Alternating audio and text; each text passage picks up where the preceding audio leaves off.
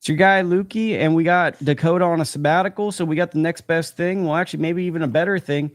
We got Shoe Shine Boxing. We'll let you introduce yourself, and then we'll get to what people really want. Me and you just talking boxing on a Sunday evening. Hey, thanks for having me on, Big Dog Lukey.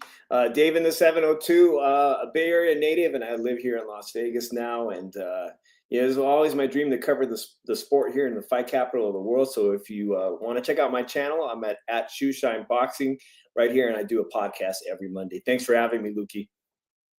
Yeah, and it's going to be linked after the live show. Like, we'll link you in the thing. I just don't really know how to do it before because I'm not tech smart. So we're going to have that linked up. So there'll be a lot of synergy, and hopefully we can get you like 3 subscribers. You know, that would be pretty cool. That would be great. That would be awesome, and I appreciate that. Okay, so what did you think of, I mean, I can go on my rant about Caleb Plant, Armando Resendiz. Would you like, you're the guest on the show, would you like to go on your piece, or do you want me to go on a rant? Golly, where do I start? Let's start off with the hot topic, right? So I went down to Mandalay Bay for the weigh-in on Friday, Lukey, and unlike the typical MGM Grand where they let you into the arena for a mega fight, they had it in this bar where they play music nightly, pretty much. And I didn't bother with press credentials or anything like that, but I thought I'd get a pretty good seat. Actually, where the media was allowed to sit was great. Where the rest of us fans got to sit was a 2-drink minimum. So shout out to them for making me spend $50+ on drinks to watch the shortest weigh-in. But what I can take away from that experience was that as soon as I was done live streaming it, Armando Resendiz's family and friends, entourage, was right behind me, and I happened to catch that.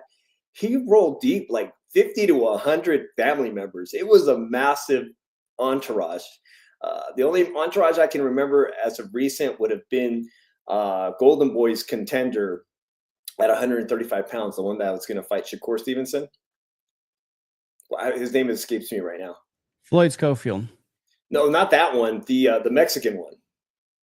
William Zepeda. William Camarón Zepeda. Thank you. Yeah, I was up late last night.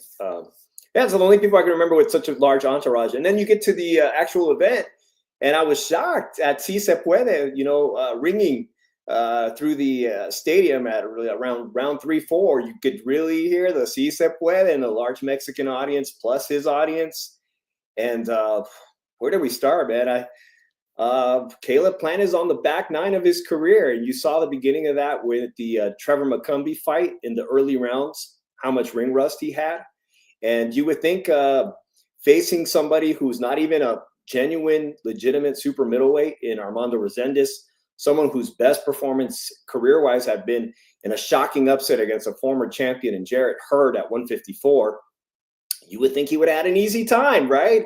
I think I even posted it on someone else's channel that, I don't see this script going awry, that this is the perfect blueprint to have the Charlo Plant mega fight that was anticipated. But again, we got somebody playing spoiler, much like Rolando Romero did just a few weeks back, where it was a guaranteed thing that Ryan Garcia would beat Raleigh and guaranteed that Devin Haney would beat, Jose Ramirez. And here we are with another spoiler less than a month away, no super mega fight for us. But I have to give praise and all the flowers to Armando Resendiz and doing what he did at 154 against former champion Jarrett Hurd and doing it again against former IBF champion Caleb Plant. So I've got a lot of thoughts, and I just recorded a video. So for those super excited, later tonight, that will happen. You can hear it. But this is what happens when you double book fights, right? You got to go straight into the good fight. And it always feels like when we have that, whether it was Yuriorkis Gamboa and Juan Ma Lopez, whether it's Devin Haney, Ryan Garcia, when you double book fights, it always seems weird. And for me, one thing that I started to pick up on, besides the Resendiz thing that you said you were at the weigh-in, the guy was in shape. And to me, Caleb Plant's best when there's conflict. So when someone is egging him on and he does his speeches, he wants someone talking back. That fuels him. Resendiz was not engaging. And I saw Caleb kind of looking like, wait, why aren't you engaging? Why are you doing the thumbs up? And even at the face-off, he's staring at him a long time. Resendiz is unfazed. And I noticed that he was in really good shape too. Manny Robles, his trainer, has been on a hell of a run, right? Boachuk had a good fight with Virgil Ortiz. Terrell Goucher had a good fight with Elijah Garcia. So the trainers, they got, that always matters. And then I think that Resendez's motivations to beat a Caleb Plant are more than Caleb Plant's motivations to beat a Resendez. Caleb Plant was showing up to do as a fan favorite who's now extremely popular in both boxing, but like fashion. He's got a badass image around him that it, like, you know, he's this kind of, he'll go to a boxing show and do some tough guy stuff, you know, but he's the everyman. He always gives a good quote. He's a really cool guy, to be perfectly honest. He's a stand-up regular guy that's very relatable, especially if you like conflict. That being said, there was a ton of pressure on him because he was fighting an in-shape guy who came to win. And there wasn't a lot to gain from this matchup other than it was double booking a fight to put him in a matchup with Jermall Charlo. And I think that we kind of saw that in the 5th round was Caleb Plant needed his why in this fight. And his why to win wasn't as strong as Resendez's. And I think part of that is the matchup didn't get him motivated. And that is some of the problems with these type of matchups. Do you think it was an issue of motivation then? I think it's an issue of a lot of things. I think that he builds on reflexes and coordination, and he's in his early 30s, and he's had tough fights with Canelo, Benavidez, and Trevor McCumbee. He took damage in those fights, and that's irreversible damage. And it looks like some of his attributes aren't the same, right? We can't say for sure, but it looked like in this fight, his hand speed advantage wasn't glaringly obvious, right? And then he's never been a guy that punches in combination freely. So then when Resendez is able to punch in combination, that's always been something that he's somewhat struggled with because his feet are wide and it's kind of hard for him to get multiple shots off. He's more of a mover. He's 1, 2, move, 1, 2. He kind of throws punches one at a time. I think that the big thing in this fight was that I saw, on top of the obvious, right, that he's probably trending downward, is there was a momentum swing in Resendez's favor. And for me, it's hard to not think that when you have a matchup that isn't like a career-defining matchup and the opponent is swinging the momentum, I had to wonder if he was having a conversation with himself, like, did I train as hard as I could? Because it kind of looked like he was having some questions with himself. He was wearing damage on his stomach, and it looked like he was facing some battles in the ring mentally along with his opponent. Yeah, he most definitely looked fatigued, and you could see the redness around the body that Resendez started attacking.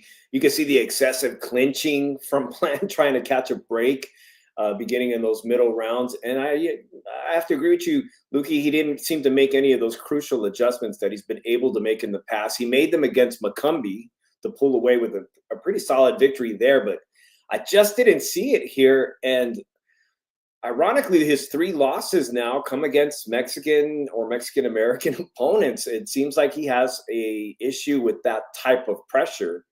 And if there are stamina issues now, it was pretty prevalent last night. It seemed like it was glaringly obvious that he may be suffering from stamina issues. And I don't know if that's because he took his training camp lightly. I don't know if it's because of the age, the high mileage, the abuse he took in some of those fights like Canelo, Benavidez, McCumbee.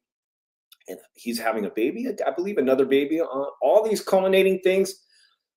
I don't know where he now fits in this big super middleweight division, as we're starting to see the younger fighters now really look a lot better than the aging out fighters of yesteryear that were big names like Charlo, Plant. You know, now I'm really going to start looking at the guys like Surachi and Billy, Diego Pacheco fighting next month, right? I'm looking at the young guys in this division now, as it's really obvious to me that the fighters of yesteryear just aren't going to be much of a threat, in my opinion, at that division. Well, my theory, and this is a Lukey theory, is the 5s are the changing of the guard in boxing. So in 2005, there was a change of the guard. In 2015, I think that's when Floyd kind of left at the end of the year. It's always the 5s, 2015, and now we're at 2025. I think a lot of the established names are now going to lose or fall to the wayside, and a lot of emerging new names are going to become those names. look, Plant turned pro in 2014. He's been fighting top tier opposition since 2020, 2021. That's a hell of a prime. You know, people don't ever look at this stuff reasonably. It's like you only get such a window, and he has an unconventional style. It's not like he's the master of fundamentals. He has a flashy style built on reflexes. You only get such a length to do it. I think people need to understand, like, it's more incredible when guys are able to keep it going rather than be surprised when it doesn't. And by the way, this also happens when you try to stay active. When you fight more often and you want to stay active, you end up having off nights. And sometimes off nights in boxing mean you lose. It's not a death sentence. And I think that the mentality of Caleb Plant gives me a reassurance that he can still be a top guy in the division. But it is troubling to me that there's some patterns emerging on things that happen that make fights go wrong. And that in particular is pressure. He's not responding well to a certain style of pressure fighter who targets his body. Yeah, leaving the venue last night, you know, I was really surprised, and I was happy, obviously, for Resendiz because the fans also got an upset, and it's always great to come into a boxing event and see the unexpected. But I started to feel like PBC dropped the bag big time. Like, why did PBC choose to have Plant fight a second tune-up and also Charlo a second tune-up? Why weren't we just watching Charlo versus Plant on a hot summer night in Las Vegas last night? We should have seen that fight. Now it feels like it's out the window. And both of these opponents chose to bring up guys from lower weight classes. You know, incidentally, LaManna was outside after his fight when the whole event ended. He was out greeting fans. He was fine. Props to him for showing up and putting on an entertainment fight against Charlo. But he was fine. He's outside, and I'm still out scratching my head wondering why did they take two tune-ups against fighters from lower division, you know, and it backfired on one of them. What did I say when I did my monologue? This is why you don't double book fights, right? Because we're like the smart boxing fan. You're a smart boxing fan. Thank you. What are you doing? You're going Caleb Plant, Jermall Charlo, same weight class, 1 and 2 on the night. They're going to fight later. Smart people are going to look and go, oh, those are the two guys I know. So when most people are looking at it as like, okay, this is a matinee to that fight I want to see. But what happens if someone doesn't get the memo? Resendiz goes, I don't like that story. I'm going to make my own story. Now, more than likely, we'll probably see Caleb Plant versus Resendiz in a rematch. And like, okay, it's somewhat interesting, but that's a whole year probably of Caleb Plant's career. And it's in a rivalry that maybe Charlo would have been a 2-fight series. And so it's great for Resendiz, who now becomes like a Marcos Maidana figure. But for me as a fight fan, it's frustrating because now where does Charlo go? You know, now does he return later this year? We don't know. It didn't really create pathways of interest leading out of this event. Well, leaving the event, I was hoping to see Charlo against Resendiz. I just felt like that's the natural evolution since we saw Charlo emerge as the winner last night. But, you know, it's bringing up memories, what you just said about this, about a big story this week that happened. And that's the fact that Jaime Munguia tested positive in his VADA results. And now very possible that we may see an outcome like the Ryan Garcia situation last year where his win will be overturned potentially. I think that's what I expect to see. Jaime Munguia's victory over Sirachi a few weeks back be overturned eventually. Well, I didn't want to see that rematch because Jaime got knocked out, and then the rematch actually was quite boring. So I don't want to see a rematch with Resendiz and Caleb Plant. I mean, who does that serve but Caleb Plant? I don't think it's interesting. I personally don't want to see it. I don't mind seeing Resendiz versus Charlo, but I didn't feel impressed by Charlo either last night. I didn't feel like, hey, man, at 35 years old, that he's a big threat in the division or that he merits a fight with Canelo Alvarez. I'm going to be looking at the younger guys in the division and guys potentially from 160 moving up to super middleweight. For me, Janibek can't move up soon enough. I highly doubt Janibek is going to be unifying with people avoiding him. I mean, let's get into Jermall Charlo. Sure. Didn't love the performance. I thought Cornflake did about as good as he could have. He really fought his balls off. He came as a warrior. He came to put on a show. I felt like Charlo's feet looked very slow to me. That was the first thing I noticed. He just didn't look very fluid. Maybe it was that he had confidence that LaManna couldn't take his power. His hand speed is good. His jab is good. But like the ring rust is evident with Charlo. You know, it's like the timing, he was struggling with the timing, and I think that's from being out of the ring. But it's just like, you know, he's at a stage in his career where he has to get busy and get some legacy fights. And this just didn't look to me on this given night. He's coming off a Jose Benavidez Jr. fight where, if I'm being honest, I left that fight more impressed with Benavidez Jr. moving up in weight and fighting him. And now he's fighting Thomas LaManna. And I left kind of impressed with Thomas LaManna kind of holding his own in the fight rather than Charlo asserting his power and kind of doing what I'd expect him to do. I left underwhelmed, to be honest. Yeah, exactly. I have to second that too. Luki, a few weeks back, I was listening to ProBox. Shout out to everybody at ProBox. Paulie had made this kind of brilliant monologue about these fighters that are just happy to be there. And Thomas LaManna was working the crowd, like I said, out there at the Mandalay Bay afterwards.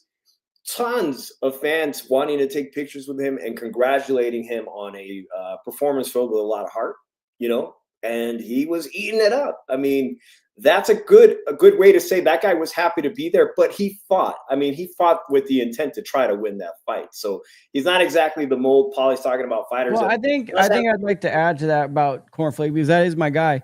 I think he's the good kind of happy to be there. Yeah. He really wanted to win the fight. He screamed and was mad when the fight was stopped because his intention was to win it. When he went in the ring, he smiled, but he went into the corner and he was spiritually ready for anything. When he got dropped, he punched the canvas because he was mad that he got knocked down. I saw a man that came to win and wanted to lay it on the line. I think when you talk about the person that's happy to be there, when they hit the canvas, they don't get up because they're just happy to be on that stage, right? And I think that though Cornflake was happy to be there and he was greeting the fans, he also came there to risk his life because he really put himself in danger in that fight. He could have kind of fought more on the outside. So I just want to stand up for my guy Cornflake a little bit. No. Yeah, he's not that guy that Paulie's talking about, but he truly was happy to be there on that stage sharing it with him. And I congratulated him. I thought his performance was filled with a lot of heart. He earned his payday. Where do Plant and Charlo go? What does PBC want to do with them? You know, on one hand, I was just saying I was disappointed that PBC took this big risk, considering how the Ryan Garcia and Devin Haney situation unfolded last month. For Caleb Plant, he's got to go back to the drawing board. I think he's expecting another baby. He may want to take on more strength and conditioning because it did look like he's starting to face stamina issues. I listened to his trainer today on some other media outlets, and it says, you know, he says he's not trying to teach Caleb Plant anything new because he's had already been a world champion when Breadman took his career over. I don't think you can teach Caleb too many new things at this point in his career. We could just be looking where he needs to find himself in some big money opportunities, and then he may end up transitioning into commentary or something like that. I can see him, because of his name, getting a big shot against maybe one of these very top contenders in the division, but that's going to come at great risk to his career. For Charlo, you know, I can go back several years back when he was the middleweight champ and he struggled against Mexican fighter Montiel. And then we saw a series of fights against other Mexican pressure fighters, Canelo, you know, David Benavidez, and last night. I think Charlo's, if he's in there with the wrong guy, even Resendiz last night, I think Resendiz beats Charlo. I think he's got a nice unblemished record, and that means something in the sport. I think both of these guys are just looking at, you know, trying to match themselves up in the best winnable situations, but at the highest payday, because I think they're both very much at risk at losing to any of these top contenders, younger contenders. Yeah, I mean, I'd like to piggyback on the Stephen Breadman Edwards thing, because I think that a lot of people get him misunderstood, and you push back on me on this. To me, he reminds me of two figures in boxing that were coaches, Teddy Atlas and Virgil Hunter. He knows how to master the media and kind of get his sound bites in and his things on TV like Teddy Atlas, but I think that his best attribute is to motivate fighters. I know he can teach fighters, but his elite attribute, if it was a video game, is motivation. And I think Virgil Hunter was the best at motivating a fighter in the corner. And I think that last night I saw him getting a lot of criticism saying things, but I think that his attribute that he excels at is motivating guys or being more cerebral. And it's not surprising to hear him say a comment like that, that what am I going to do with this? Because a lot of what I think he does is he helps motivate a fighter to get the most out of them with their skill set. I don't look at him as like Ismail Salas, who's got lines on the ground and making guys step here and there. And, you know, I don't think Salas, on the other hand, is going to motivate a guy the same way as a Breadman or a Teddy Atlas, but he's going to have different. And that's the neat thing of the sport is we can have elite trainers that each bring different attributes. But when you brought that up, I thought I wanted to say that because that kind of came to my mind. That being said, would it be beneficial at this point in the career of Caleb Plant to maybe look at somebody like Salas, who might add a little bit more defensive prowess to his arsenal as he starts fighting younger guys in the division, you know?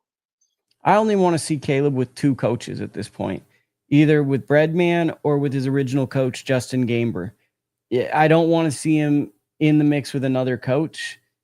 You're either with Breadman or go back to Justin. Those are the only two coaches that I'd like to see him around. Funny story is I believe I was with Caleb and Breadman when they first met at a snack training workout. So that's a fun piece of history. I think that I was there the first day they met, but I'm not a big fan of guys leaving coaches too much. So I think at this point, Caleb knows what he needs to do. And he either needs to, in my opinion, it's either Breadman, who's a very good coach. I think he's one of the best out there, or go with Justin Gamber, who's one of the most underrated. I just don't think finding another coach when you're this late in your career, they have to understand you as a fighter. And then there's a lot of building. I mean, how many more fights does he have? Maybe 4 or 5 at the highest level at most. I just don't like it. I had saw that Ryan Garcia just had hand surgery, and I believe he was here in Las Vegas this weekend, but he just had right hand surgery. And Caleb mentioned that he potentially has a right hand injury. I'm not sure about that, if it's going to require surgery or whatnot, but if he does need surgery, he's already had these long breaks in the past 2 years of inactivity. Do you foresee another long stretch of inactivity? Because I just can't see it being beneficial where he's at right now. I hope not, because I'm not a fan of inactivity. I like guys to keep fighting. We'll find out. Let's go to the next topic, which is our guy Yoenilli Hernandez and Isaac Lucero. Lucero looked like a stud muffin. 2-round knockout with Bob Santos. Looks like a capital G guy. Did what you're supposed to do against an undefeated fighter. Yoenilli Hernandez beats Kyrone Shut It Down Davis. I think the fight probably could have been stopped. It also felt like it was Kyrone, possibly one of his last fights of his career. So there might have been a moral victory getting to the finish line. This Hernandez looks like a light heavyweight fighting at middleweight. I mean, he's massive in there. And his key to success to me was just being more powerful. He was just too strong for Davis, who simply had no answer for the raw power of Davis. So interesting enough, I managed to catch the last 6 rounds of that fight. I walked into the event last night, so I did not get to see the Lucero fight. But this is now the second time I've seen Yoenilli Hernandez. He's a beast. He's got to be a future champion in that division easily. I would not mind seeing him get catapulted as soon as possible and taking on somebody like Carlos Adames. I'm very high on him. Watching him now 2 times in person, after mirror what you said, he's a beast for that division. Just body strength, combinations, the Cuban school, if he needs to go back to that Cuban school of boxing. He's Cuban, right? He is. And yeah. I just want the truth. We're not ignoring your question. We're going to get to the Coe thing in a second, so I'm going to pop you on. And Daisy Sanchez says it was surprising to see the crowd was behind the underdog Resendiz when Las Vegas is Plant's hometown. I think a key thing to remember is 2 parts. Plant's adoptive hometown is Las Vegas, originally from Nashville, but he's basically a Vegas guy. He's been there for a long, long time in Vegas. But I think there also is boxing is the sport of the underdog. And when an underdog is winning, even if it's someone's hometown, if they didn't expect someone to be competitive in a fight, all of a sudden, I think fans are going to root for an underdog unless they have a deep-seated connection to a certain fighter. Yeah, it was like I said to Daisy, you could feel that in the middle part of the fight when people started chanting "Si se puede, si se puede." I think a lot of people, if Caleb Plant was fighting anyone else who was not Mexican American or Mexican, I think the local Vegas Latino community would be screaming for Caleb Plant. They'd be like, hey, Caleb Plant's our guy, you know." But against a Mexican national, and Resendiz came in with, like I said, 50 to 100 family members screaming and chanting. You could hear them. You could feel their energy. I think the other Mexicans in the audience just were like, hey, this is great. We're about to watch an upset, you know, which is a beautiful thing in the sport of boxing. So, you know, you made the mistake of coming on a boxing sicko show. So we're going through all the recaps. Most guys wouldn't do this, but I just want the truth, wants both of our opinions. What did you think of Khalil Coe's performance? For those that didn't watch it, Khalil Coe stopped Manuel Gallegos. It was a rematch. Gallegos stopped him the first time. Coe absolutely annihilated him with a jab, and Gallegos was unable to answer the bell. Did you catch this one, or am I going to do a monologue all by myself? No, you could do the monologue, because I did not get to watch that one. You did not catch it. Well, I mean, Khalil Coe, interesting figure. You know, he was a good amateur. He made his bones, I believe, knocking out Julio Cesar La Cruz at I want to say the Pan Am Games. Really got on the radar. Then wasn't able to compete at the Olympic trials. Always been an interesting figure that's kind of floated around. And then he was being built up in matchroom cards. He had like a draw, I want to say, early on in his career, a majority decision, and made you wonder. He's always kind of fluctuates, right? So when Khalil Coe is on, you're like, man, this is a top operator. And when he's off, you're like, what did I see in him? Given this performance, I have to think something was wrong with Khalil Coe in the first fight. Injury, something we don't know, because this version looked so dramatically different. And oh, by the way, he went into Gallegos' hometown in Mexico, beat him, and made him quit. So, I mean, I think it's impressive to see a young fighter do something like that. I think it's a standout trait. But light heavyweight's one of these goofy divisions where it's like there's not a lot of up-and-comers. You got Najee Lopez, you got him, you got Albert Ramirez. Who else? You know, I wouldn't call Benavidez and Morel up-and-comers. They're established. So you don't have a lot of young guys. And the problem with when you don't have a lot of young guys is there's no middle class. You're either a prospect or you're a champion, basically, because you don't get to fight the contenders. There simply aren't contenders. So I say all that to say, I don't really know where Khalil Coe stacks in the division because he's a little inconsistent at this point for me. And I wonder if there's some form of injury that maybe at times makes for that. Luki, you're going to have to excuse my ignorance, but I saw the video clip circulating again of a fight that I did not make it to in time, but it appeared to happen at PBC. Brian Mendoza was in this video clip, and it was a fighter who was knocked out really bad. So like he looked like he was escorted out on a stretcher. I'm not sure, but is that who we're talking about? No, that's not the fight. No, this was a DAZN fight on Friday. It was like your typical. It was like do you remember those old Unanimous cards, Solo Boxeo? I'd stay up till like 11. They were tape delayed. You had no idea like who was fighting. It was hard to get the schedules for them. Yeah. And then like you sometimes, like I remember I saw Saul Roman in a great fight, and he fought Curtis Stevens, and I'm like, oh my God, this shows you how cool I am. Oh my God, this is going to be a great fight. Saul Roman, I watched him on Solo Boxeo. Curtis Stevens knocks him out in 30 seconds. That's like the moment where you learn, oh, there's levels to this. Like you can watch a Solo Boxeo fight and it's great. And then Curtis Stevens, and then half of our audience goes, who's Curtis Stevens? But yeah, I mean, that's what it is. But Khalil Coe, good performance. MJ Akhmadaliev got a win, stoppage. He looked all right. Like it wasn't like this sensational, spectacular performance. I thought he was a little up and down, a little rusty. But he fought this weekend, MJ? He fought this weekend. He got a win, and it should put him in line to get an Inoue fight. MJ is one of these other frustrating guys where the talent is so high, but at times he looks so vulnerable to basic pressure fighters. Like a basic pressure fighter at times just seems like his kryptonite. And he almost looks like Lomachenko at periods. And then like a guy that just comes forward and is strong, it seems like he has trouble figuring out what the answers are to that equation at times. Interesting. Yeah, I also saw Julio Cesar Martinez, former flyweight champ. I forget what, but I remember seeing him on the undercard of the Tim Tszyu fight with Towering Inferno. He fought this weekend, I believe, on TV Azteca too. And they stopped that fight. He had some type of injury. And that's his return fight after his year-long suspension. Another one of these Reynoso fighters who's coming off a suspension. It did not go well for him this weekend. But were you going to talk about the Friday night card? With the Bek the Bully-Darius Fulghum? You better believe it. Let's go. Yeah. It looked like there was a lot of celebrities and boxing, industry people at the event at the Virgin. And well, that was a great fight. I got to tip my hat off to both of those competitors, Fulghum and Bek the Bully. I had seen Bek the Bully in his last appearance at the Virgin, at the same venue at the Virgin.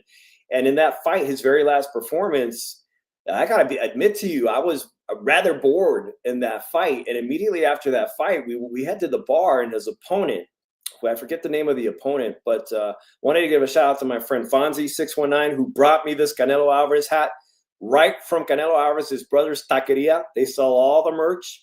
I told him, don't bring me anything unless it's black and orange. I want to give a shout out to him. But my friend Fonzie, immediately after Bek the Bully's previous fight, is sitting there with the guy he had just fought. The guy wanted nothing more than to get an alcoholic drink. My boy Fonzie was like, let me get you a drink, champ. And he bought him a drink. So he was in the fight with Bek the Bully, and his face was unscathed, not a mark, not a bruise. And it was not impressive. You're talking about Darius Fulghum? No, the fighter previous to him. David Stevens? Dynamite, right? Yep. That's him. Yeah, my boy Fonzie, who got me this hat this weekend, bought him an alcoholic drink. The guy was, dynamite. Great guy. Close fight. Disappointing performance by Bek the Bully. So my expectations were really tempered down. I wanted to see the Bek the Bully that was tearing through the super middleweight division, knocking guys out, showing that great athleticism, that unique Uzbeki style, or is he Uzbeki? Uzbeki, right? Man, you're making me do. Yeah, Uzbeki. Well, Bek the Bully. Yeah. I wanted to see that guy Friday night, and we saw. I think that guy's gone. I don't think that guy exists anymore. It had to have been the knockout by Philadelphia's Gabe Rosado, right? After post Gabe Rosado, it's always been like, which version of Bek the Bully are we going to get? And it looked like we were going to get that underwhelming Bek the Bully. Potentially, I could see David Fulghum on the verge of hurting him, or really causing damage to Bek the Bully, but he managed to pull it out in a very entertaining fight. One that I think there was no loser in this fight. I think Fulghum's stock rose in the super middleweight division. And that's very important because there's so many guys that did not look great this weekend, including, Caleb Plant-Charlo. And then you got somebody like Fulghum that I think if he could run it back with Bek the Bully, I think he might even have more improvement. I feel like he's smart enough and has enough ring IQ to learn from this fight and apply it either to his next opponent or in a potential rematch someday against Bek the Bully. Well, I'll tell you what the fight I saw was Darius Fulghum, great fighter, big fan of him.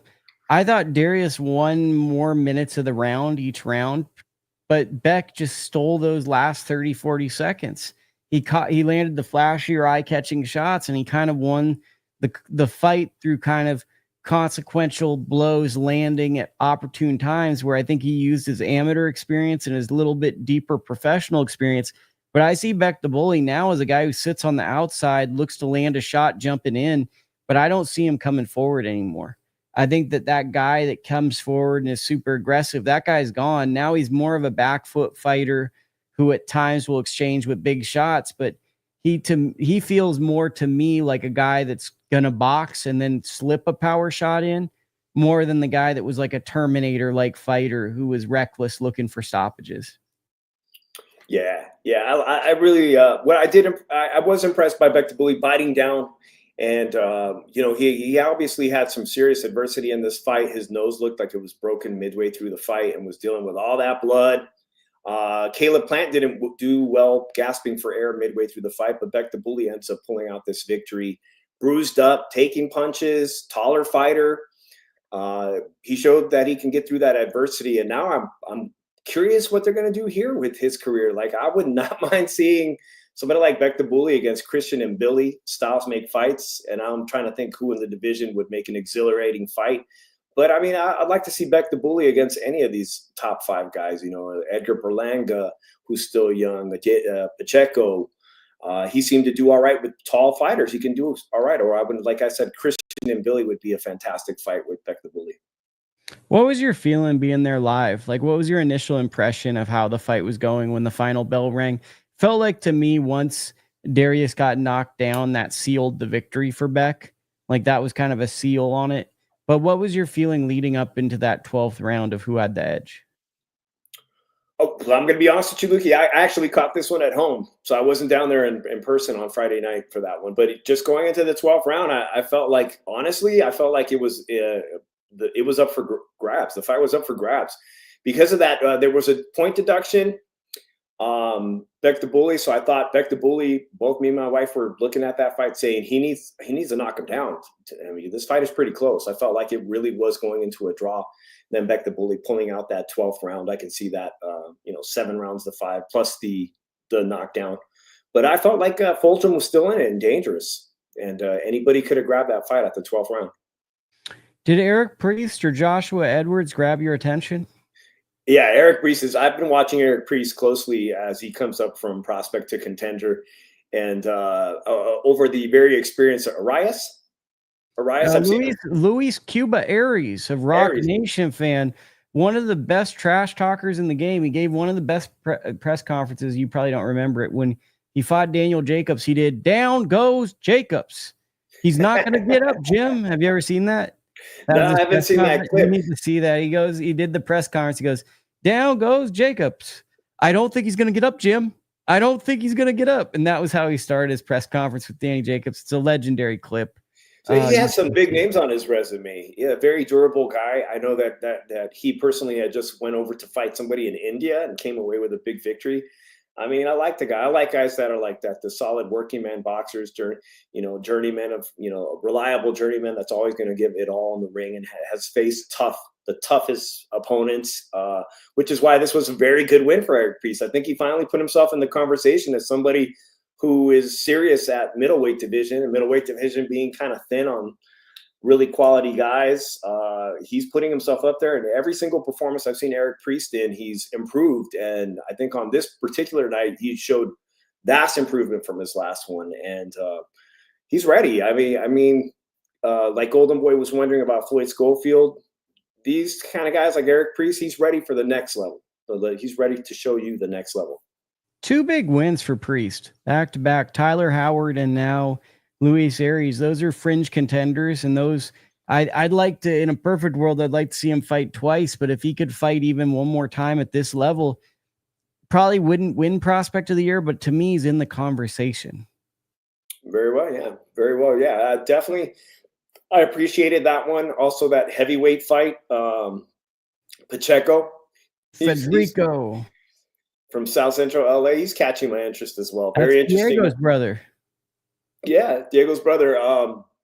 6'5" Mexican American. Boy, those are some tall brothers, aren't they?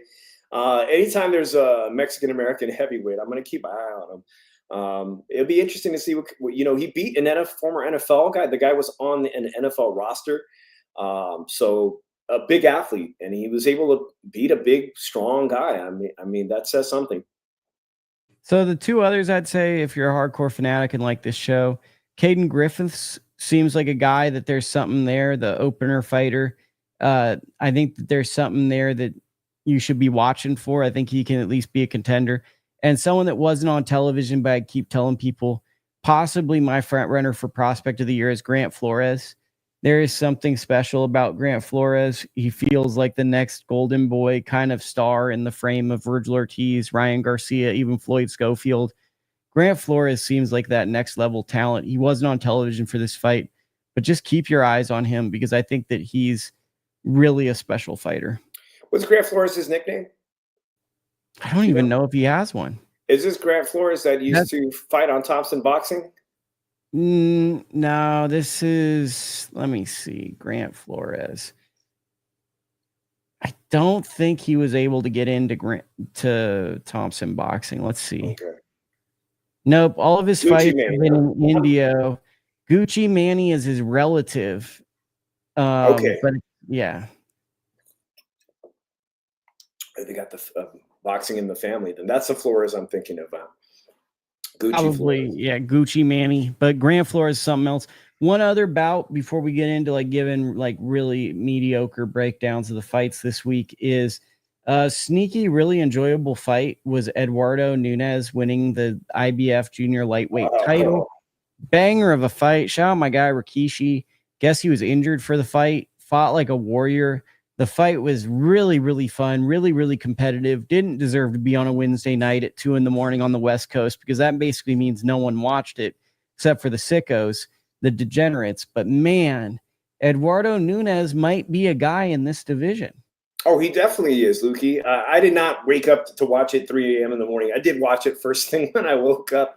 Because I had talked about it the night before, and I was excited to see if the 130-pound division was going to have 2 Mexican champions and 2 African-American champions, which is the landscape now. We have Navarrete with one of the belts, and that his storyline is interesting right now because we're all awaiting what happens with that recent fight if it gets overturned to a no contest. But we have Navarrete, who's a big name.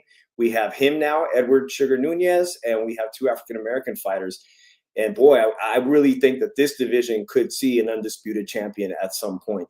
I feel like these 4 people are willing to play, and we have great stars at featherweight, like the tall champion Rafael Espinoza.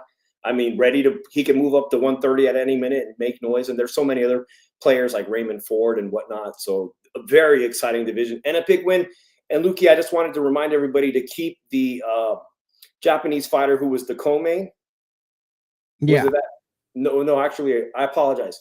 Because I have a lot on my mind thinking about these fighters who've been going over to Japan. But Angelo Leo weekend, the co-main event fighter sustained a massive brain bleed and had to go into emergency surgery. And he's, as we speak, I believe, still recovering on in an induced coma. And that was, I think, the week before Angelo Leo wins his title, defends his title. So, yeah, I still have that Japanese fighter on my mind. Shigi Oki, I believe is his name, the co-main event.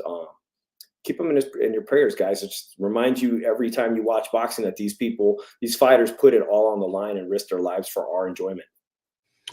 Nunez, laugh out loud. Nunez definitely a guy. Anthony Kakase ducked Nunez special. What do you think of that? You laughed. What do you think? I mean, I think he was pretty straightforward. Anthony Kasachi said, look, I'm 36 years old. The IBF has a history of mandating fighters to fight somebody people don't want to fight. And the money was too good to fight Lee Wood. Well, I just saw that fight, the week before.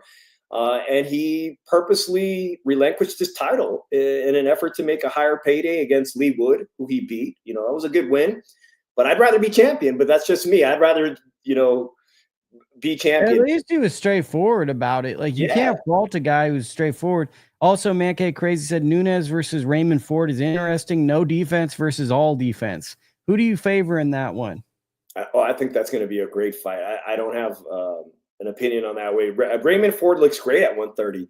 He struggled to make 126. I think against Nick Ball, it was a very competitive fight. And I think he's a true contender at 130 pounds on the verge. He could potentially beat maybe not all the champions, but on a good night, I think he can walk away and become a champion in this division. I haven't seen enough of Sugar Nunez aside from his highlight reel, which is full of knockouts, like 99% knockout ratio. But Raymond Ford can do a lot of good things. So it's a 50-50 fight for me right now. I think Raymond Ford could win that fight, but then Sugar Nunez has a lot of power, and that's always a great equalizer. And he could rock Raymond Ford and walk away defending that championship. I don't like that fight next for Sugar Nunez. I think he should take, if he can, fight not a mandatory, but I don't know how that works in the IBF. But I don't like that fight next for him. I think it's quite dangerous. Sorry, I meant Foster all defense. Then also Boxing Learner, our good friend Caleb Plant is from Tennessee. Then we got Coach Lynn. Sorry, I jumped in late. Just wanted your take on the Plant Resendiz fight. Caleb didn't look good. Was that because of a weight cut or just an off day, or was it because Armando was that good? Coach, if you go back to like 1 minute into the show, we did like, I'd say about 20 minutes on the subject. If you have a specific question, we can circle back on that. We're trying to finish out on these topics, no disrespect, but just, you don't have to listen live. Just go back to the beginning of the show and you can catch some of our thoughts on that, because I think we went pretty detailed. But if you have thoughts, by the way, huge show, Dave from the 702 brings the numbers in. We got 22 viewers live. This is massive. Huge for it. We got Antonio in the comments saying Caleb is aging. Well, aging is real. Let's move ahead to this week's bouts. Let's go to, really, let's start with the big one. Kyrone Davis versus Edwin De Los Santos. What are your thoughts on it? Yeah, I love Keyshawn in this division. He's massive for the division. You can call him a weight bully, but I'm starting to feel like he's a guy who is a real threat to unifying these titles at 135. If he can continue to make this division, I think we're going to really see just how much bigger, faster he is than Edwin De Los Santos. I don't like the ring rust, and De Los Santos was a champion, a former champion, so he's going to come in to fight and win. But I think Kyrone Davis is going to be just too much for him all the way around, and probably hurt De Los Santos. And that's saying something against De Los Santos, who's also a power puncher, but I think we're going to really see that size difference come into play. I think Kyrone Davis could easily move up to 140 in his next fight, and we could see him at welterweight probably within 2 years time frame. So I think it's going to be a good fight. Obviously, he's building a really good fan base. His fight's going to be in his hometown, right? Yeah. And this is what I like. I like when Top Rank recognizes, okay, we've got a world champion now. We've got a silver medalist. And but the only threat I see to him professionally still in that division, I think, is going back to his Olympic amateur days. Is let's see a fight. Let's see a fight professionally between you and the Cuban guy. That's the fight I really want to see. That bad blood between them. And I'm talking about, is it Cruz? Andy Cruz, right? Yeah, and he's got an IBF eliminator coming up soon. Just so I can answer the chat, Plan is shot coach, all mouth, no fists. Definitely Keyshawn cherry picks De Los Santos. Bipolar boxing, this 135 class is as deep as I can remember in the last 25 years. A lot of money for De Los Santos this fight. Someone said, with all due respect, that was very weak analysis. Okay, well, that's fair. Kyrone Davis in this fight, I see two scenarios. I see one where Keyshawn's just too big, too strong, bullies De Los Santos, goes downhill and gets a stoppage. I see another scenario where Keyshawn, because here's the thing about Keyshawn, young fighter, passing all the check marks, but he's getting hit a lot. That's the one thing no one talks about, is to land his stuff, he does get hit. There is a world where De Los Santos hits hard, good reflexes. He can buzz Keyshawn, and then we got a weird fight. I still think that the fight, if he gets buzzed, he wins. But then we have a tentative fight that looks like the Nihir Albright fight, because I think people have forgotten about the Nihir Albright fight. So this is going to, I think, tell us a little bit more about, is Keyshawn a top 5, top 10 lightweight? He has the belt, but nobody's, I shouldn't say nobody, but people are looking just to see just how good he is. And De Los Santos, I agree with you. I hate the ring rust. He's coming off a long layoff. But the thing about him is he has fast reflexes and he hits really hard. And that's a scary combination. But Keyshawn is different than Shakur. Shakur is very patient, and he's going to feint you, and he's going to fight his fight. I think Keyshawn's going to force a fight, and I'm not sure how stylistically that plays out. He's either going to give De Los Santos problems with that, or he could possibly get hit with something big. What do you think to my thoughts? Yeah, the other player at Top Rank at 135, I've seen him overcome that adversity, is Raymond Murodjon, get off the floor early. So I have not yet to see Keyshawn be hurt badly or drop like that, but I think it's probably inevitable. Like you said, stylistically, it's very possible. But I don't think De Los Santos has enough power to hurt his frame. He may land a shot that might put him down temporarily, but I think Keyshawn's going to be able to walk him down. I got to interrupt. I think De Los Santos is the bigger puncher of the two. Really? I think he is, because I think he's more explosive. I think Keyshawn's a more thudding puncher, and he wears you down and breaks you down. But I think if we're talking one punch explosive, I think De Los Santos is much more explosive and much more dangerous. Antonio says Edwin is significantly better at almost every key factor. Faster, better, quicker footwork, better jab, more power has been already proven. I mean, there's some truth to what you're saying, but I would say that like Keyshawn has been moved at a rate and won a silver medal to the fact that like you can't discount that he's a fast-tracked pro who has an established skill set at the highest level consistently. It's a very good fight. The thing that I don't like about De Los Santos is he's coming off that long layoff.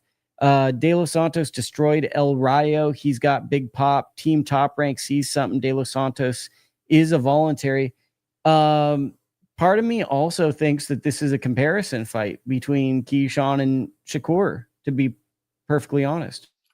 Yeah, absolutely.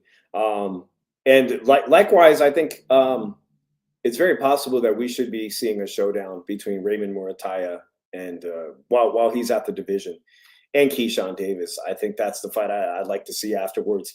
If Keyshawn gets past this, you know, it's not like you guys. There's a lot of people here that are making great points about De Los Santos's track record, but as we've seen this year and the past 2 years, that inactivity has not favored just about any of the fighters, whether they're champions or not. Caleb Plant being a former champion, all these fighters we've seen with a lot of layoffs, long, lengthy layoffs, it does not favor them at all. And I think that's one of the reasons why they were so quick to make such a dangerous fight like this, because Keyshawn has had nothing but momentum going into this fight.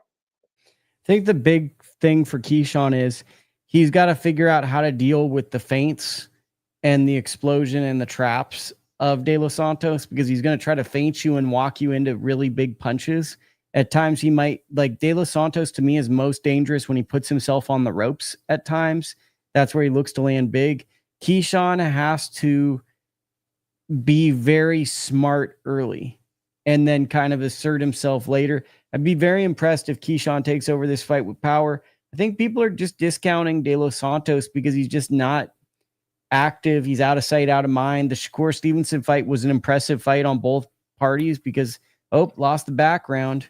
Copyright infringement. But the what's it called? Gotcha. They got the it was funny. They do the man, I lost my train of thought. But like Shakur and De Los Santos in one world fought a perfect fight, but sometimes perfection is boring. So like if you're holding mitts or if you're doing pads and nobody's getting hit or you're in sequence, it feels great and it is great, but it's very boring to those watching, because it's part of what makes a fight of the year is two guys have flaws and they happen to have one guy excels at that person's flaw and the other guy excels at that person's flaw. And then that is what makes something great.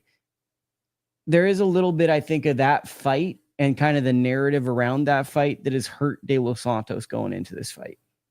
Yeah, absolutely. Many people are going to remember how dreadful those fights by Shakur Stevenson was. That era where he was being chastised on social media. You know, I went to bed, I fell asleep, wake me up when it's over. And that's obviously going to tarnish De Los Santos, and people forget how dangerous he was. Somebody pointed out that great fight he had with Omar Valenzuela.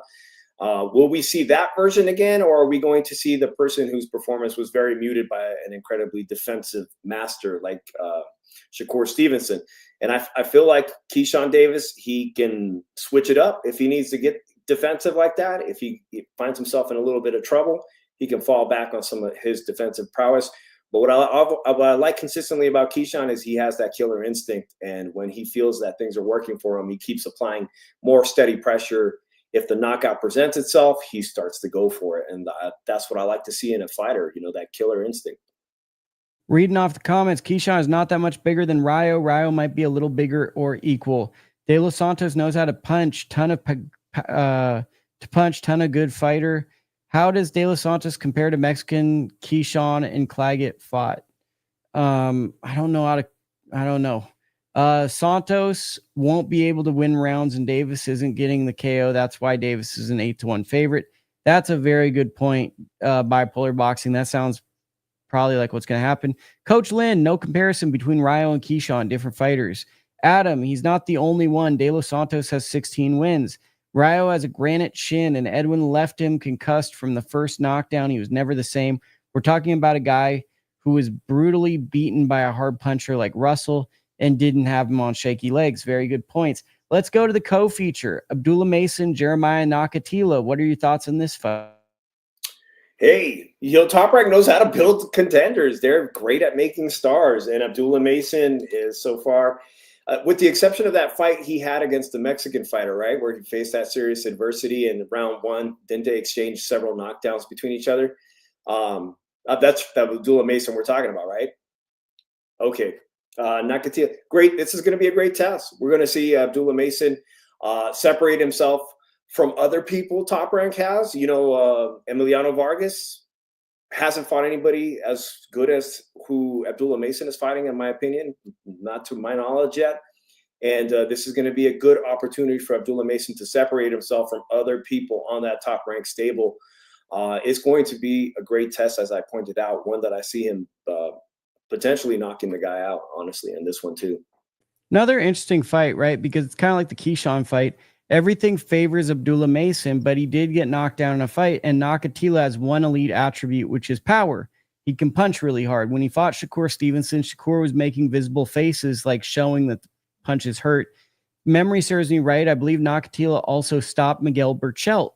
So, I mean, it's like he has some attributes. So I think to me, this is sort of a fight where it's a Abdullah Mason learning lesson, experience pro fight where he has to box a puncher in order to get the victory and then maybe look to break him down late. But this to me looks like some veteran experience to get him to the next level. Yeah. And as I just pointed out, I haven't seen somebody on Emiliano Vargas. I think they're starting to develop some bad blood. And it's always great when there's someone in your same team that I'm saying Top Rank. It's always glad to have somebody compare yourself with to bring you up to the next level, and maybe potentially we may see them fight each other at some point. But it gets the conversation going. Who is the better looking prospect contenders? Again, it's going to be Emiliano Vargas over here. It's going to be Abdullah Mason, and this is a very, very difficult test for Abdullah Mason because he pointed out he has experience against former champions. He's fought big names. So if Abdullah Mason can pass this test, on to the next one. What's the next challenge? A former world champion, or a top contender in his division? I'm a big Emiliano Vargas guy, but I don't think you can compare them right now because Abdullah Mason's taking on like credible fringe contenders right now. So I think they're kind of in different stages. This is almost like a graduation into the rankings type fight, in my opinion. Mm-hmm. If he wins this makes him one of the 15 best lightweights in the world and puts him on the course to be in the title hunt for next year, possibly, is what I see this fight as. Yeah, it should be a very good card. Let me give you some, because some people tune into this show to get my deep undercard thoughts. I will run through some undercard fights. You probably will not have thoughts on them, but this is what some people want, is the Lukey Deep Dive. Kelvin Davis, one of the Davis brothers, is taking on Nahir Wu Albright. You might say, who is Nahir Wu Albright? Well, he fought his brother Keyshawn Davis. The fight got overturned to a no contest.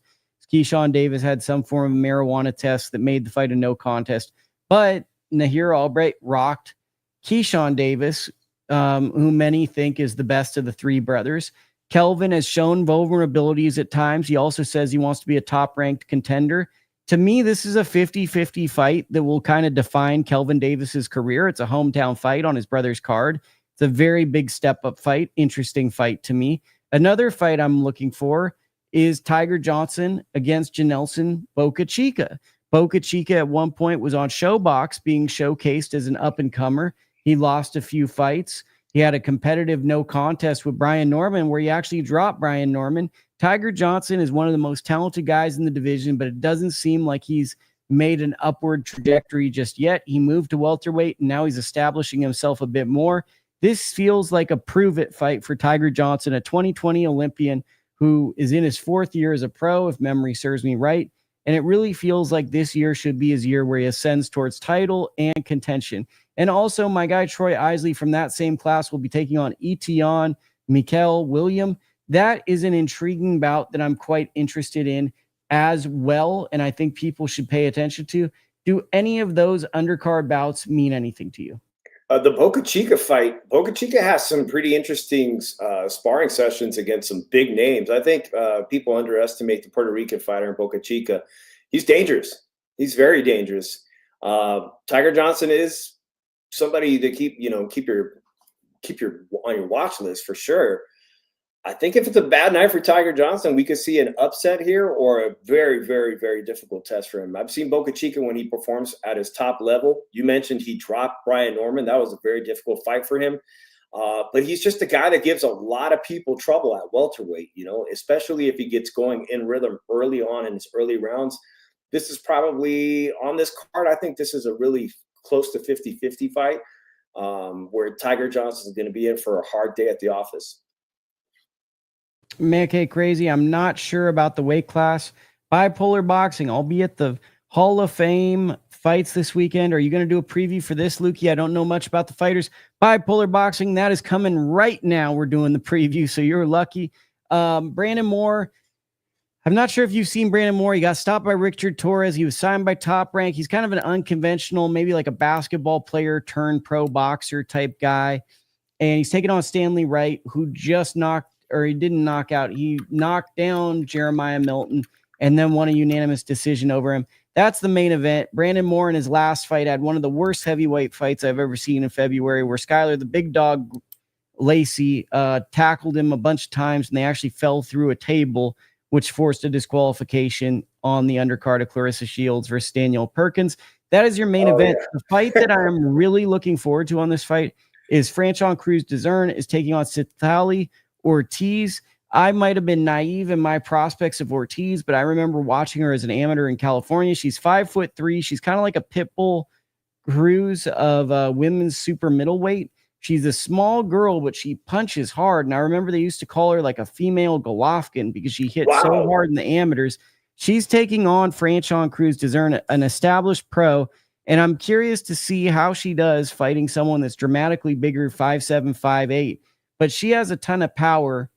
And I think no, I'm saying Ortiz has a ton of power as an amateur. And I think that that's a compelling matchup. Another really good fight that I circled for all of you that want to watch this card, Bryce Mills versus Aaron Aponte. Mills has one loss, but has really gotten going and won a bunch of fights in a row. Aaron Aponte was actually signed to Matchroom, lost 2 fights and lost his contract. So this is a battle between 2 guys who are prospects but have lost a fight, kind of a crossroads type fight. One might even say the loser has to get a job. 2 prospects that you should probably keep an eye on, Joshua Pagan and Joseph Hicks. I like both of them as up-and-comers. Joshua Pagan was in camp with Rolando Romero for the Ryan Garcia fight. That is kind of like what you should look for on that card. Do you have anything to add to it? Yeah, I was at I believe I went to the fight where Franchon Cruz-Dezurn won her first title against Cornejo. And I got to meet her that day and talk to her. That's years back at when it was the Hard Rock Hotel in Las Vegas. And I've been watching her fights. She's just a great personality. She, outside of boxing, she has an incredible life and partner. She sings. She's very talented. And you mentioned she's fighting a girl that's 5'3". I'd like to see, because I remember vividly taking pictures with Franchon, and she's a tall, powerful fighter.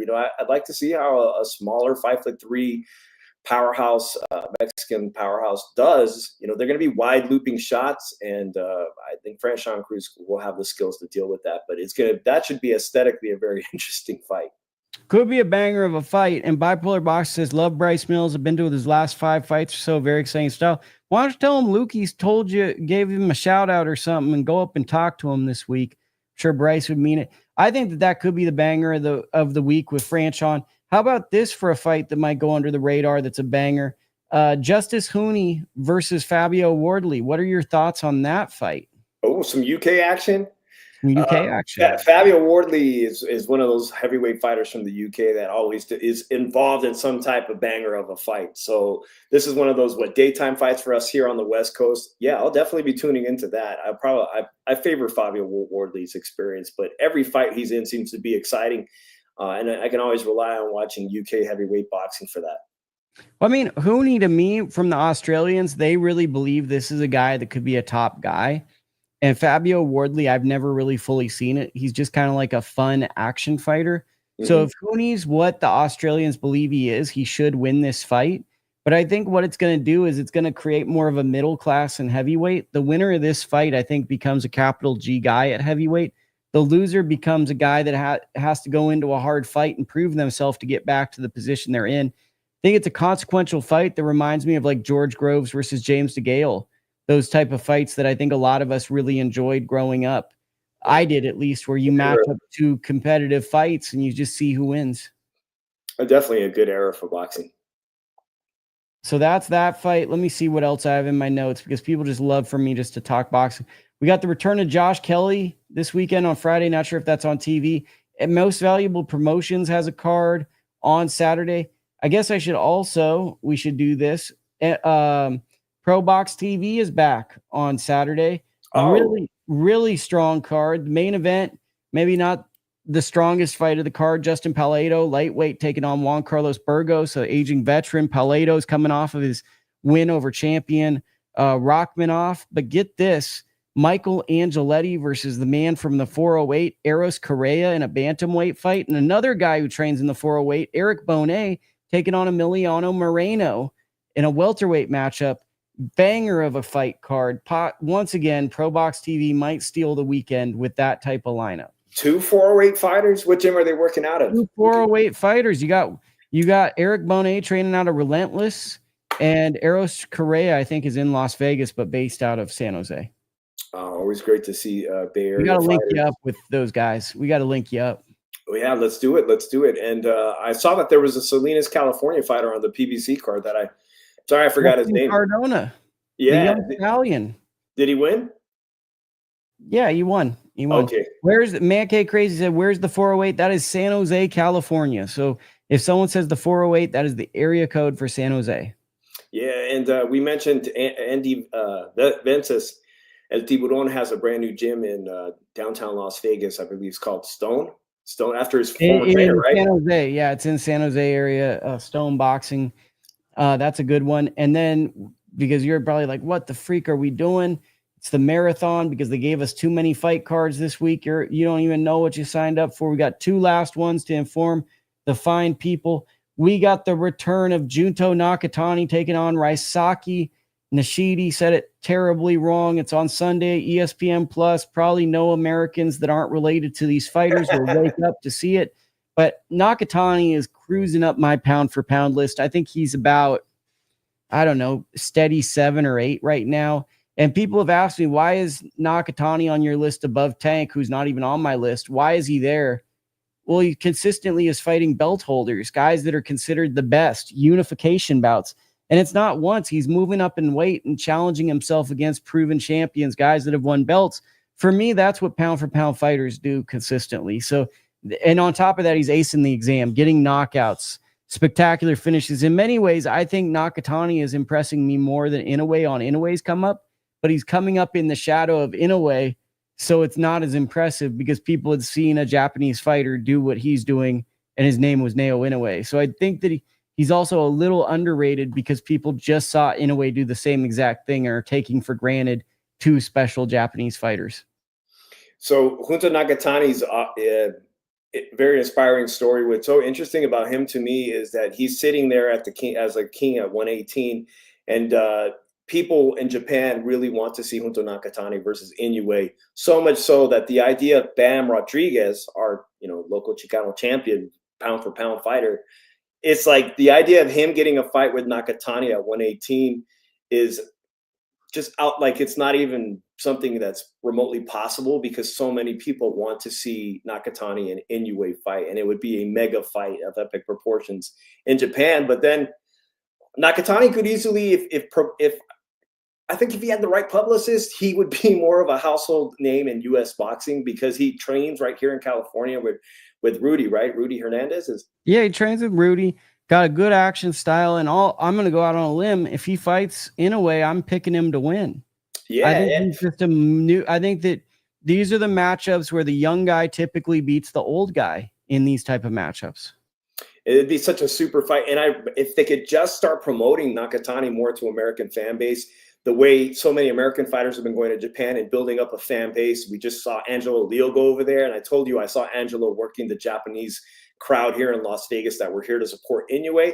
I would love it if Nakatani started to get more attention here in the U.S. and it starts by letting people know, like, hey, he's fighting Sunday. Get ESPN's got to do a little bit better, or Top Rank should be doing a little bit better job to in my opinion, get his name across the American U.S. fan base. But I love what he does, man. He trains with an old school Chicano boxing trainer here in California for every camp, right? And he just uses old school methods of training. There's like nothing fancy about it. I was just watching him. There's no strength and conditioning. It's just old school training, shadow boxing and whatnot. I love it. And that he's that good with just basic old school training. I love it. Hot take. Are you ready for this one? It's flaming hot. Really sizzling off the grill. I think Junto Nakatani beats Inoue because Inoue is closer to Prince Nazim Hamed than he is Pernell Whitaker. I think that Inoue has a lot of elite attributes, and he takes risks almost to his detriment to entertain fans, but he takes those chances. The guys like, say, Devin Haney and Jose Ramirez, I like both of them. When they had a big fight, neither took a risk. Inoue always takes those risks that endear you to the fans. Yeah, absolutely. The great fighters, the Usyks, the Inoues, the Crawfords, they take these risks. When there's lulls, they dominate. They won't let a fight kind of get stinky. They have to put their stamp on it, at least most of the time in their career. I feel like Nakatani is a more fundamentally sound fighter. He's more technical. Inoue has more explosion to me, and his instincts are really good. So when he gets a guy hurt, he's on it. He's a good clubbing puncher. He's got good timing, good reflexes. But I do think that the person that people think he is at this point, he's not that person. I think that each and every performance I see it in a way, he's looking like an older fighter. Well, the blueprint is out there for how to hurt Inoue. Going back to our boy Nonito Donaire, hurting him and all the left hooks that have landed subsequently and put Inoue on the canvas. But I love what you said. Inoue is a throwback classic fighter who he wants to put on a show, and he knows how to put on a show. And if it means taking risk and getting hurt, that's why I think not only Japanese fans, but American fans know that a Nakatani versus Inoue fight is a mega fight for boxing. Love that hot take. Could be the Donaire versus Darchinian too, says Bipolar Boxing. One last fight before I let you go, because I've wasted so much of your time. Always a pleasure, Lukey. Always a pleasure. What the freak are we doing, bro? What the freak are we doing? Jay Opetaia fights this week. It's his second fight in 2025. I would have thought that he would be in the Fighter of the Year running. He totally isn't, even though he's having 2 fights already. He's got to have a consequential fight in the end of the year. But where is Jay Opetaia to you right now? Where do you see Jay Opetaia? I see him as the king of this cruiserweight division. The fights he had with Brady's, who was a former champion, who also Brady's is the guy who Usyk says was the hardest fight professionally in his entire career. He cleans out the division if given the opportunity, and then can make an impressive, he could be like an Usyk who can build a career at heavyweight potentially. I think he does put on good fights. I don't see Zurdo Ramirez beating him. I don't see anybody rushing to fight Jai Opetaia. He is vulnerable at times, but then he also, he can separate himself. He always has like a second gear. He's levels above most of his opponents, with the exception of Brady's, who I thought really took him into deep waters twice. But I think I'm a big fan of Jai Opetaia. I think he can clean out the division, and it's just another name to remind me I got to make time Saturday afternoon, right? This Saturday afternoon. This is Sunday. Because it's Australia. It's Australia, but I think it might be a Saturday. Their Sunday might be our Saturday. I mean, he's one of the most exciting guys. He's a little bit crazy.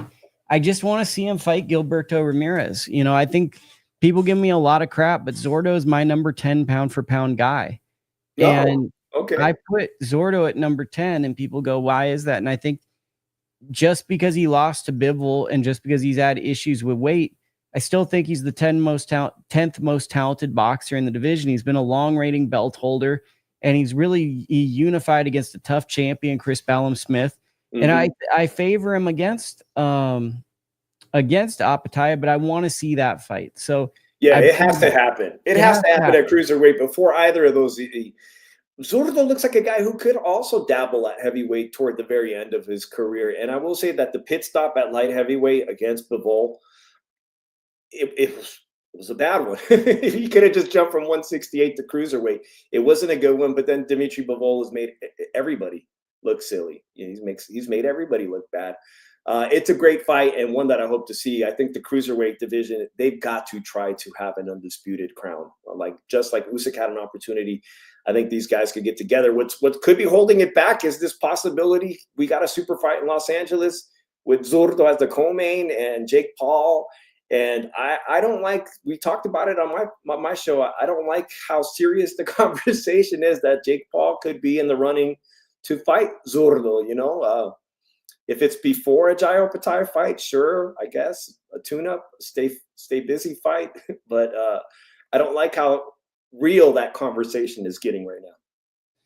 Okay, there's people are in the chat asking, like, so we got Inoue is not just an older fighter, he's overrated, he's fought too many fighters, gives his credibility, legacy. Inoue's resume gets better with age. Canelo's gets worse. Inoue's resume only has Fulton. Donaire was a 48-year-old bantamweight. Inoue did move up and beat Fulton badly. Name someone else that weight class with better wins than Fulton or Donaire. I want to go through really quickly just to explain why Inoue's resume is good. In his 8th fight, he beat Omar Narvaez. It was in 2014, basically New Year's Eve card.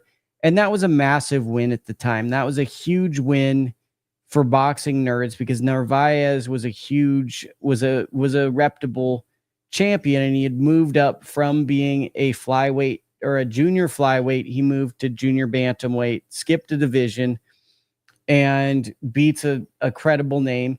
Then he beat Koni Kono. Antonio Nueve, okay, I could say, like, not, some guys would say, okay, he's not that high level of guy. He was trained by Joe Del Guy, pretty good guy. Here's the run that impressed me. Jamie McDonald beat Tomoki Kameto, who we just saw with Angelo Leo. He knocked him out in 1 round in May 2018. That's a huge win. Follows that with Juan Carlos Payano. Didn't Payano beat Rashi Warren? Knocks him out in 1 minute, basically. So that's those 2 levels. Payano, McDonald, 1 round knockout. Emmanuel Rodriguez, solidified champion, wins the belt after, knocks him out in 2 rounds.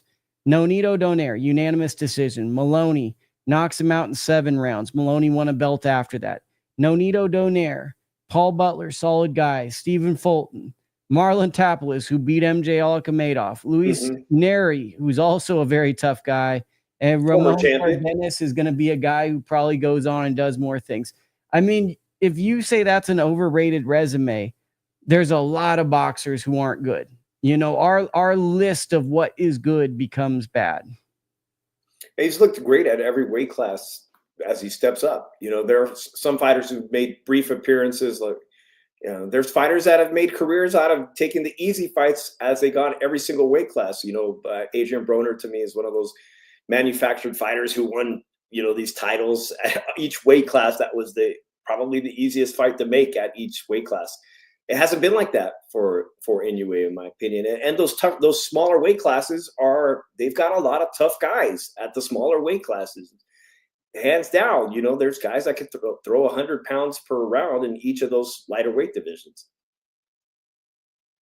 Yeah, I mean, I think that I'm a fan of guys that chase champions. And if the champion's resumes age bad, I'll live with it because you're chasing the guy that has the belt. I prefer that style than chasing like a big name and it's a profitable fight who might be past their prime in an easier fight. That's just more what I'm drawn to. Okay, we've reached our time limit. I'm a little bored, which means I'm just going to wrap the show up. You've been the greatest guest ever, Dave. I really appreciate it. Why don't you promote everything that you're doing in your life? Well, just one thing is I got my own YouTube channel here. I appreciate Lukey inviting me on here today. It's at Shoeshine Boxing. Usually we go live and recap our Monday nights. And I try to do a day stream midweek and go out to as many fights as possible in Las Vegas. So if you're into that type of thing, come check out the channel and subscribe. Right on, man. Well, it was really, really fun. Yeah, perfect.